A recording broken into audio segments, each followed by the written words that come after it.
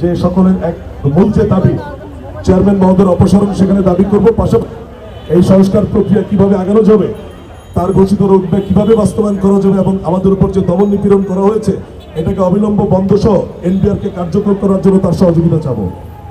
যে আলোচনা হবে আমাদের দাবি দেওয়া উপস্থাপন করব এবং মাননীয় অর্থ উপদেষ্টা মহোদয়ের সাথে তার সাথে আলোচনা শেষে আমরা আবার এনবিআর প্রাঙ্গণে ফিরে আসবো। আমরা আমাদের সর্বস্তরের কর্মকর্তা বা সহকর্মীদেরকে ব্রিফ করব এবং পাশাপাশি আমরা প্রেস ব্রিফিংও করব।